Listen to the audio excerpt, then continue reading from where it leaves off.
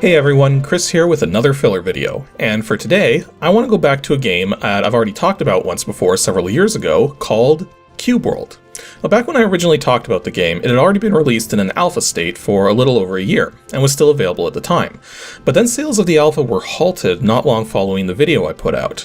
And no one was exactly sure why at the time, but Wollay, the game's author, posted a blog about how his site was DDoSed right after sales were originally opened up, and how that affected him on a personal level in a really bad way. In fact, the reason he wasn't releasing any updates to the alpha following its initial release is because he didn't feel they were good enough for others to be playing. And I suspect taking down the ability to buy the game was related to that desire, not to have others playing what he considered to be an inferior version of what he was still actively working on. But much to the surprise of a lot of people, back in September of 2019, Wollay dropped what seemed to be a full release of Cube World over on Steam, with free Steam keys for everyone who originally purchased the alpha. Now, there's actually a lot to say about where the game's ended up, so my intention with this video is to showcase what Cube World has evolved into for the 2019 release, the community response to this version of the game, and what the future holds, as there's been some interesting developments in recent months. First though, let's get one really important thing out of the way. Cube World is a decent game. It's not an amazing game, but it's fun for what it is and always has been. A game about open world exploration and procedurally generated adventures. That has always been the core of the game the whole way through, and it's important to keep that in mind as we talk about everything else. Now, the alpha was a bit janky at times and had some issues with balancing, but the 2019 release addressed the balance surprisingly well due to a fundamental change which did indeed catch a lot of people off guard: region locking. Now, when I say region locking, I don't mean it in the sense that the game only works in certain parts of the world or something like that. Rather, instead, the game's completely done away with the idea of experience points. Instead, your progression is tied to three things: the region you're in, the equipment you find in each region, and the artifacts you acquire from all regions. Though I should point out, when you first start the game with a new character, you are severely under-equipped to deal with much of anything. But the game has a really simple way of conveying just how strong everything is using colors. Or it can be done with symbols for those who are colorblind. Basically, all equipment and all enemies will have one of 5 colors assigned. In order of weakest to strongest, those colors are white for normal, green for magical, blue for rare, purple for epic, and yellow for legendary, with each step up being roughly twice as strong as the previous. Which is why it's so important to pay attention to this, because unless you are really freaking good, trying to fight things without equally powerful equipment to match is probably going to get you killed. Though this isn't a permadeath game or anything like that. If you die, you simply revive at the nearest activated Shrine of Life. In the alpha, these things were scattered everywhere, but only served as respawn points. Here in the Steam release, when you activate a Shrine of Life, it now becomes a warp point that you can teleport to anytime you want, from literally anywhere in the world. And whenever you find a new location to investigate, it's now very important to find a nearby Shrine of Life so that if you die, the trip back isn't an ordeal. In fact, one of the things you can do to help you decide where to go is place little star marks on the map with the middle mouse button. You can also remove any star marks you're pointing at the same way, though if multiple markings are extremely close to each other, it can be a little tricky to highlight the specific marks you want to remove. But in any case, scanning through the map ahead of time and marking points of interest is a good way to plan out your expeditions. And the more you play the game, the more you start to recognize important features from a distance without having to zoom right in. But yeah, once you get a foothold in a particular region, it doesn't actually take all that long to power up and get some good equipment going. At which point you can start to consider tackling the artifact locations. Now, normally when you enter a location for the first time, the name of the location will remain white until you've been able to confirm the strength of whatever adversaries are there. So for instance, if you find a supplier gnome in distress, the color tier of the location will change instantly to match the color tier of the enemies who've captured the gnome once you've been able to get your targeting cursor over one of those enemies to check them out. However, if that doesn't happen, and the name doesn't change color for what is a very large location, it's because you've located an artifact, which is going to send you through a lot of dangerous corridors and one or more bosses, all ranging in color tiers from the lowest to highest, before finally ending with the procurement of an artifact to permanently boost one of your skills. But it really doesn't take all that long to get maxed out equipment and find all the artifacts for a region, so where does that leave you? Well, the moment you step foot in another region, all of your equipment and exploration tools for the previous region no longer function properly. Your artifact still will though, but you're effectively resetting yourself and starting over, which, if that was the end of the story, wouldn't really be very interesting. But there are a couple aspects which tie into this whole region locking mechanic, which helps to keep it interesting. Plus items and lore. And throughout every region, you'll find stone tablets which relate a piece of lore about a faction, the region, a person from a faction, and each time you find a tablet, you gain 10% for that particular kind of lore. If you can get one of your lore categories up to 100%, you will immediately reveal the artifact locations of all artifacts related to that lore. And you're going to quickly notice that lore transcends the different regions. So the region you decide to go to next will likely be one where you already have a whole bunch of artifact locations figured out from all of that lore, so that you immediately have an end goal for yourself. But that's only part of the decision, since you also have to consider your plus items. Every piece of equipment you acquire, and even every piece of equipment you learn to craft in a region, has a small chance of getting a plus symbol attached to it. Plus items work the same way as any other items, except they also work in neighboring regions. They're guaranteed to work just one region away from the region they came from, but there's a chance they'll work 2 regions away if the distance between those regions is not very far. This makes plus items very valuable to hold on to, regardless of how powerful they are, because they can give you a jump start into clearing a nearby region. And if you luck into a legendary plus item, especially a weapon, then you're really set for clearing a whole bunch of regions in one go. Your inventory is also made to keep track of items by region and auto-sorts things based on where you are, so that only stuff that's useful for where you are is at the top of each region list in your inventory. Now, I should point out that there's conflicting evidence regarding what the odds are on finding plus equipment, but my own experience suggests that it's tied into your level. Now, since there's no experience points, your player level is instead based on the quantity of artifacts you have. And from what I can tell, plus items seem to show up slightly more often at higher levels. Now, some people think it's related to lore, but no. I once had a lore rating of over 300% and only a couple artifacts, and I was finding very few plus items with that character. That's why I'm pretty sure it ties in with the player level. There's also a bunch of tools you can find to help you out in each region, 8 in total, though not every region has every tool to find. In fact, most don't. Unluckily for me, when I started my ranger here to make this video, I ended up in a region with every tool except the reins, meaning I couldn't ride any pets, which kind of slowed me down a little. Though initial pet riding speed isn't a huge boost from normal at first, not until after finding some artifacts, so it wasn't that big a deal. Though one of my favorite pets in this game, the snout beetle, due to it being one of the very few you can get with a ranged attack, was spawning right outside of a particular village I started this character near. So once I picked up the right food to get one, I made a special trip all the way back out of the region I was in to pick one of these snout beetles up. And yeah, that's basically what the game comes down to, exploration and finding artifacts. There's not really much of a story going on here, just procedurally generated lore based on certain constants, and a handful of factions which are set in stone, such as the Steel Empire, which is building mana pumps to extract magical essence out of the world, which in turn affects your ability to generate or regenerate MP in any region which has one.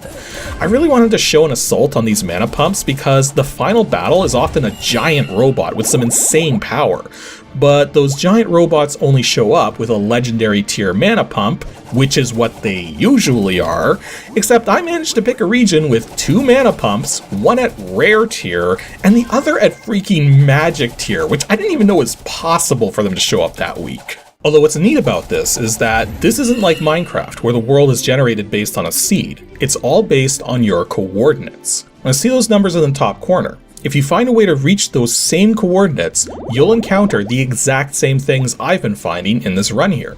Now how do you go that far out though? By saving up money and taking an eagle flight from any town which has one. A flying by eagle is actually the best way to enter a new region, since you can scout ahead, find a town you want to go to, then find a drop point near that town, purchase unlimited access to that drop point, get on the eagle, and then every time an eagle drops you off, you get a single-use hang glider to help you land more precisely.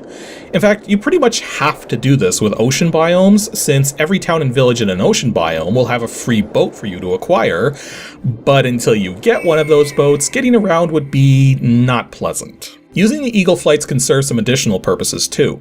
For instance, to link up with friends in multiplayer, you would take one of these flights. Or there was also a moment while I was recording footage for this video where I needed to cross lava in 2 different locations to get a couple important items. But to cross lava safely, you need to make a potion which requires ice cubes, which are only found underwater in snowy biomes. So I selected an eagle flight point that would do the job while still having the ancillary ability to reach a nearby town. Then once I got there, it was just a matter of swimming in some frigid water and panning the camera underwater to find the cubes, since they don't appear from outside of the water, likely due to a transparency ordering bug. And then I made my potions, teleported back, and was able to grab the stuff I needed across the lava without issue.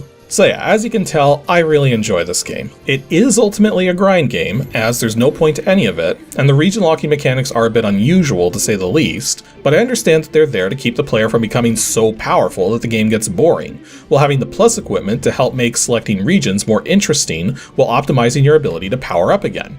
Heck, out of the 80 plus hours I've put into this game across multiple characters, I've only ever had it crash once, and I only lost literally 10 seconds of progress from that, so it's rock solid too.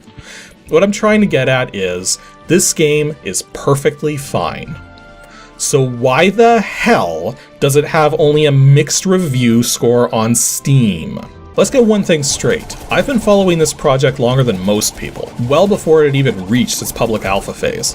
I have seen features come and go, many of which never saw public release, such as giant capital cities, multi-stage quests, custom-made potions, even the ability to build your own house. And some of the features from the public alpha have disappeared too, such as having multiple kinds of coins and skill trees which you power up through experience points, since there's no experience points anymore. When the game launched on Steam in a supposedly completed state, I kinda knew in the back of my mind to temper my expectations, since so many features came and went as Wollay experimented with them.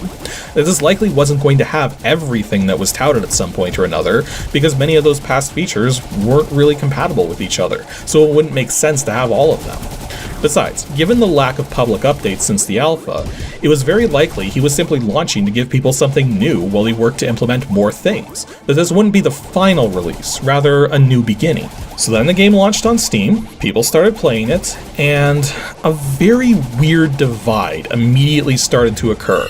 People like myself, who felt the region locking was unusual, but they understood it and still found the game enjoyable, and people so upset with how radically different the game played and the lack of all the quote-unquote promised features, which Wollay never actually promised would be in the initial release of the game, that yeah, it ended up splitting the community for this game straight down the middle. And then because the backlash was so fierce from the side which hated the changes or couldn't believe most of the planned features weren't implemented, well, once the beta period was done and all the major bugs were hammered out, Wollay once again went into reclusion.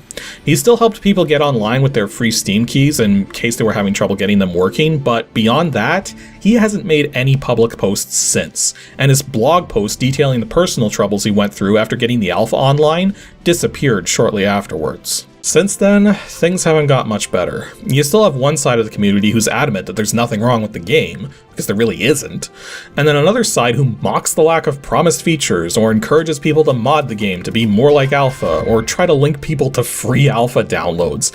For a time, it was so bad that if you typed Cube World into a Google search, one of the top search suggestions was for Cube World Scam, which I'm very pleased to say is not a top result anymore, at least at the moment. Because yeah, spending a full decade of your spare time to end up with a perfectly decent game for people to play is totally gonna scam everyone out of their money and totally worth the time investment.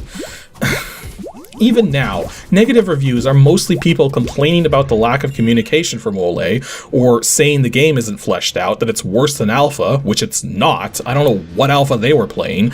And even some of the positive feedback is from people who hate the game in its current state and are encouraging everyone to mod it. I will admit though that there was one legitimate grievance to come out of some players, which has nothing to do with anything I've said up to this point. When the alpha for Cube World originally launched, Windows 8 was the most recent operating system, so naturally the game still worked fine in earlier versions of Windows. The version on Steam, however, requires Windows 8.1 or Windows 10, and no longer functions on the original Windows 8 or earlier, meaning people who played the alpha and stuck with Windows 7 up to now aren't able to play the newer version. And mind you, tech keeps moving forward, so sooner or later they're going to have to upgrade for other more important reasons, but yeah, that did screw some people out of being able to play it. Now, one of my Patreon supporters, Joseph Adams, wanted to ask, do you think that journalists are mostly to blame for Cube World's bad reaction, due to hype, or do you think it's mostly just down to unreasonable fans? And I think by this point, it's pretty obvious, especially since Cube World barely made any rounds in gaming news media. But I haven't even got to the really stupid part yet, and it all comes right back around to something I just sort of casually mentioned, but it's actually really pertinent. I paid for the alpha version back in 2013. I spent money on an alpha product because I liked what I saw and wanted to support that development while getting a surprisingly functional alpha game in the process, which I sunk many hours of gameplay into.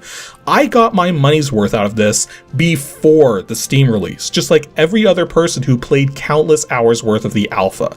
And when the release on Steam occurred, every single one of us got a Steam key for free, even though this is only a $20 game. For every person who bought and enjoyed the alpha, then did an about face and downvoted the game on Steam despite already getting their money's worth in the alpha, that is some absolutely shameful behavior. And if I was Wollay in that situation, then yeah, I wouldn't want to actively engage with anyone either. There's a number of solo indie devs out there who get absolutely praised for their projects, even when those projects aren't perfect, because they did all the work themselves. Well, here's someone who's getting crapped on instead, and as an indie developer myself, seeing this happen has been infuriating and disheartening, and this is exactly the kind of stuff that scares otherwise talented developers from trying to actually do something with those talents. Anyways, where does that leave us? Well, believe it or not, the story's not over yet, because even though Wollay hasn't said anything publicly, and has every right to be upset with everyone, he's still working on the game. And the reason we know this is because just a few months ago, back in October, he shared an update with someone on Discord, which has since been pinned to the top of the Steam discussion forums. And the funny thing about the screenshot Wollay shared, which I'm showing on screen now, is that this one capture actually reveals a ton of information. The main purpose of this screenshot was to show the skill tree system that he was working on, which has some similarities to the skill trees present in the original public alpha build of the game. But take a look right here. Vitality, strength, dexterity, intelligence, and luck, with points to spend. And then take a look way up in the top left corner. Yeah, that's an experience bar.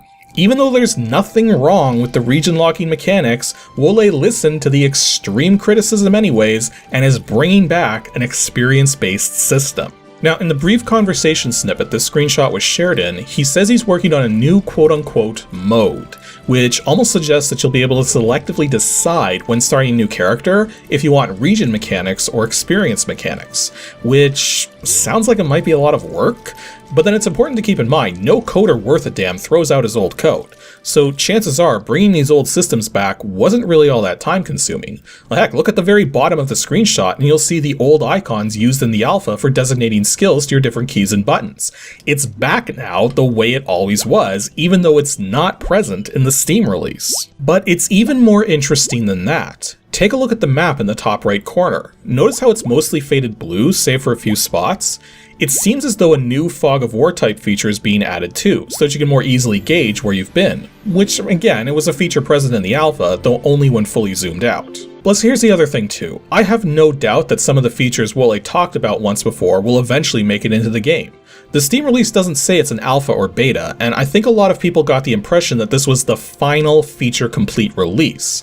But having paid attention to all of Wollay's updates over the years, I think it's safer to say he probably considers the version he released on Steam not so much to be feature-complete, but rather feature-stable. As in, with enough features and capabilities to tie everything together so that the experience is properly cohesive, with nothing added which doesn't serve a purpose. Knowing now that Wollay is still working on the game despite everything that's happened, has me hopeful that the game will get even better in the years to come. Even if it takes a few before the next update. Solo dev isn't even remotely fast. However, if you happen to be watching this video and your name is Wollay, I have a few small requests for little features to add to future builds of the game. These aren't major changes or anything that would take massive amounts of time to make, just small things I feel would make the game a bit more interesting and approachable, and help to bring out some more of the game's personality. Firstly, more map markers. Right now, we only have stars for map markers, but just like with Zelda Breath of the Wild, I feel we could use some more symbols to help manually mark out points of interest better. I think a variety of between 4 and 8 markers should serve that purpose just fine, with little selector buttons on the map screen to select what kind of markers we're placing. If it was up to me, the markers I would want would be stars, circles, X's, gemstones, squares, diamonds, hearts, and a smiley face. Secondly, townspeople need to be a little more helpful. Right now, townspeople will either tell you about a particular location, mention that a particular artifact is somewhere in the region, talk about some local lore, or will sometimes reveal what kind of food certain kinds of creatures like. It would also be nice if there were particular townspeople in place who could explain certain mechanics of the game. For instance, what exactly the mana pumps are doing to a region, or commenting on what your plus gear does, or how to find more of it, or describing the differences between different kinds of equipment or classes. Basically, I just want townspeople to be more helpful. Though speaking of the pets, that's one thing I think would be really awesome, is to have more variety in the basic capabilities of the different pets that you can acquire. There's a few minor differences between them all right now, but it'd be really cool if horses and runners could provide a speed boost when riding them, or if flying pets like bats and seagulls could catch you during a fall to slow your descent and prevent you from taking fall damage, or if some pets allowed for bigger jumps or had some special attacks, or if turtles could once again be really tanky. There's so much untapped potential with the pet system in this game. And my last small request is perhaps the simplest of all. I want to play as a spiked creature because I think they're adorable. In fact, there's a number of races in the game which can be armed and function just like the standard races, except you're not allowed to play as them. My hope is that all of them become playable at some point or another. Heck, I know one of my friends would really like to be able to play as a jester.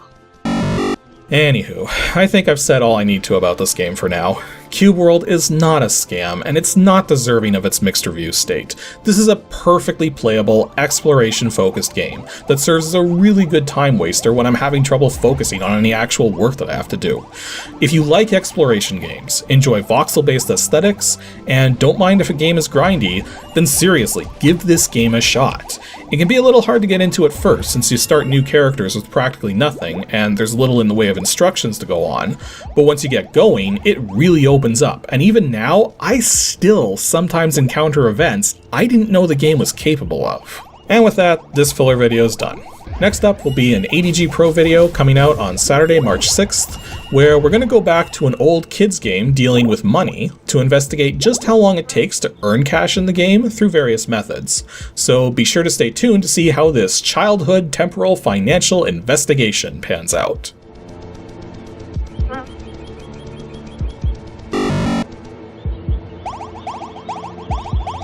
Thanks for watching, everyone, and extra special thanks to those of you supporting me on Patreon. Here's just a small random set of you guys.